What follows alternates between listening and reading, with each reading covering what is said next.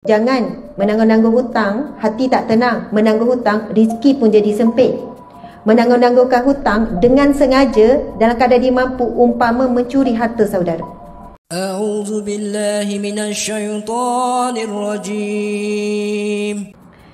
Ketika saya kerja dulu, subhanallah, ada beberapa kisah yang saya boleh share, insya-Allah jadikan panduan. Yang pertama, saya ingat Sisi. Sisi ni chief clerk kan? Subhanallah, ketua kerani kan? Dia penjual tapuai tega lah. Daripada saya masuk sampai akhir memang katalog memang tapuai lah. Saya pernah lah minta pada dia tapuai pada waktu macam pukul 11 kan, waktu kerja kan. Kita rasa macam ada selang waktu. Kakak nak tengok katalog tapuai tu. Lepas tu dia datang. Dia cakap, Ustazah minta maaf ya, nanti akak pergi waktu rehat. Okey, waktu rehat. Okey kak, okey. Ustazah kena tegur. Kalau saya minta waktu lepas tu rehat, nanti balik nanti ya, akak bagi katalog ya. Lepas tu kalau ada orang nak urusan apa-apa, dia tak akan layan selagi mana bukan waktu rehat ataupun waktu balik ataupun pagi.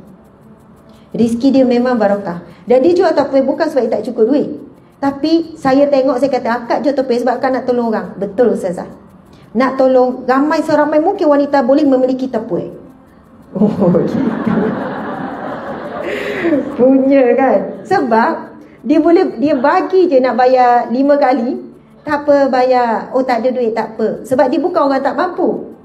Saya tahu dia ada anak seorang dan anak dia sangat soleh. Kan dia cukup semua. Suami kerja, dia kerja.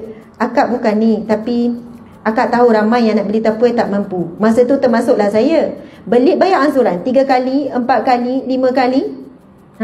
Tak mampu bayar, orang yang suka menanggung-nanggung, jangan menanggung-nanggung hutang, hati tak tenang. Menanggung hutang, rezeki pun jadi sempit.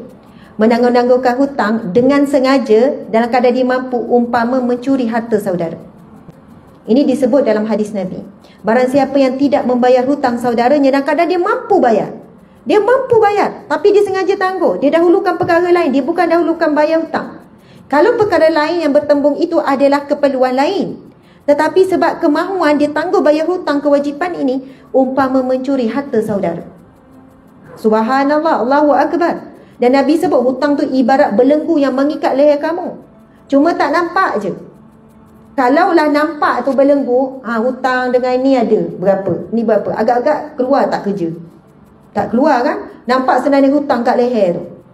Ini hutang dengan manusia lah, dengan bank tak apa. Kan dengan manusia, masuk dengan bank tak apa tu memang wajib bayar. Tetapi dengan bank kita ni tak adalah rasa malu sangat kan. Bang, jangan lalu depan Maybank, kita ada hutang, malulah.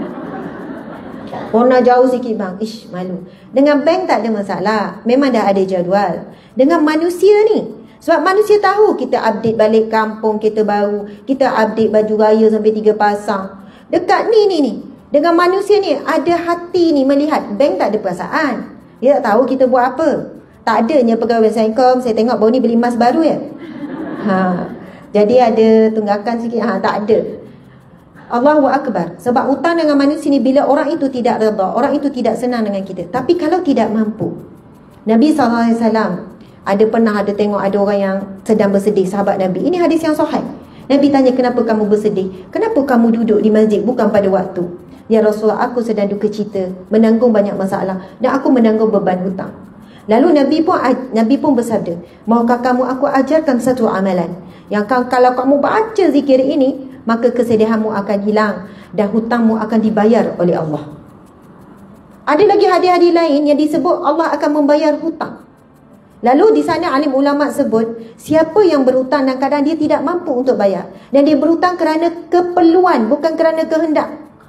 Kerana keperluan terdesak untuk makan minum, untuk keperluan anak-anak, dan tidak mampu. Lalu dia mati dan keadaan dia tidak mampu bayar hutang, maka Allah akan membayar hutangnya. Maksudnya bila dibangkitkan di mahsyar kelak, bila yang beri hutang ni menuntut, maka Allah akan menyelesaikan. Sebab Allah tahu dia dalam keadaan tidak mampu.